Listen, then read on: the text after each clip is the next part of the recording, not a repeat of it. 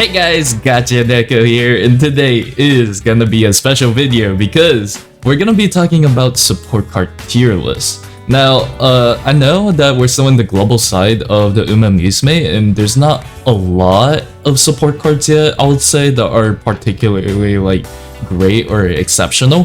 However, we do have some that will be good. Now, I did a little bit of browsing because I was bored, and I stumbled across the Japanese website that covers like the global side of the support card tier list. What I mean is like I just quickly browsed up Uma Musume tier list, JP side, and then there is surprisingly a website that is really up to date when it comes to these global side tier lists for Uma Musume. So that's what I have here today, and I just really want to talk about it because I see a lot of videos where they're like, what is the best support card, in Uma Musume and global, and they only talk about one card per category, like, oh yeah, speed is Kita-san Black, but they don't like actually, break it down for you. Okay, so in Uma Musume, I do want to talk about this really quickly. So I won't break down like what each card does, but I will definitely display on which each card stats have, like if you use them. So whenever I talk about support cards, I will look at two things. One is the friendship bonus, which is like the rainbow thing. Whenever you click a rainbow, there is like a certain amount that will give you more stats whenever you click on that specific training. And two is specialty rate up. So specialty rate up in simpler terms is the card will always be in the training that it was assigned to. For example, if you have Kita-san Black, which is a speed card, there is 100% or 90% that will always go to speed, something like that. Like it will always be in a training. Now with everything that is said, I will be covering the Uma Musume tier list according to the JP side on which one is good. Now, just for some clarification, whenever there is a support card tier list with like SS, it doesn't mean it's like SS tier in the JP side. It could be like C. For example, if you ever go into the JP side of the Uma Musume, the support tier list, Kita-san Black is not going to be SS tier, surprisingly. It'll be like a B or C, but it's still a surprisingly good card. Don't get me wrong here, but it wouldn't be like the best card. So just keep that on the back of your head, but in the global side, you should definitely get those cards. With enough saying, let's just get right into the video. So this is going to be the SS rank, where these cards will remain in the top tier for the next 2 years, like without a doubt. You will use them in every single training for certain characters. They are that important. So the first one will be Kita-san Black, a speed card. And now the second character will be Super Creek, Stamina, and the third one will be Fine Motion, which is a wit card. Now obviously these are good with like Limit Break 0, don't get me wrong, but I think what most people are saying is if it is at Limit Break 4, that's when it's like SS tier, At best, like if it's like Limit Break 0, I say it's like around like A tier, S tier, but that goes for the same with every single card in this tier list. Now we're gonna be talking about the S tier, where these cards will be really good if you have them right now in the global side, but obviously in 2 years from now there is gonna be a huge power spike with like different cards coming up, and eventually it will fall off. Now the first one will be Biko Pegasus, a speed card, Sakura Bakushin, Special Week, Vodka, Haru Urara, Sweet Tosho, Daiwa Scarlet, Marvelous Sunday. Alright, for this last one, I'll try to attempt to say the name, but I think it's called Matikane Fuku Hitaru.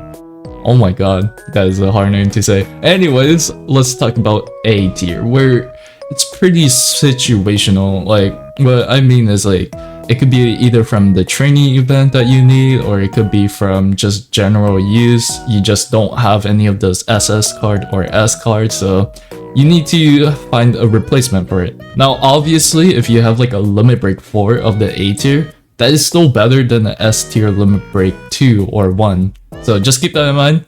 Let's talk about it really quickly. The first one will be Silent Suzuka, Mejiro McQueen, Satano Diamond, Seishun Sky, El Kanda Pasa, Oguri Cap, Yaino Muteki, Tazuna Hayakawa, Ancient Flash, King Halo, Manhattan Cafe, Zeno Rob Roy, Biwa Hayahide, Daitaka Hirios, Ishin Amazon, Mihono Bourbon, National Flower, and Agnes Taikon.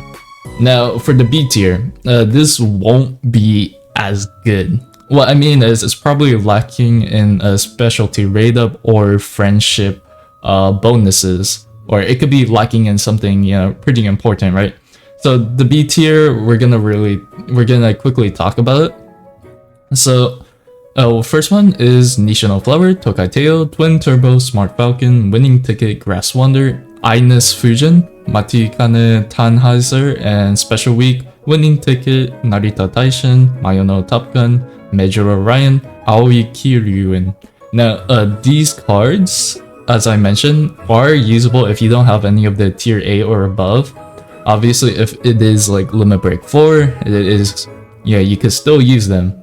And now for the C tier, these will lack some benefits. Like, what I mean is probably the event trainer is not as good, or it's probably lacking in like any of the stats that are mentioned.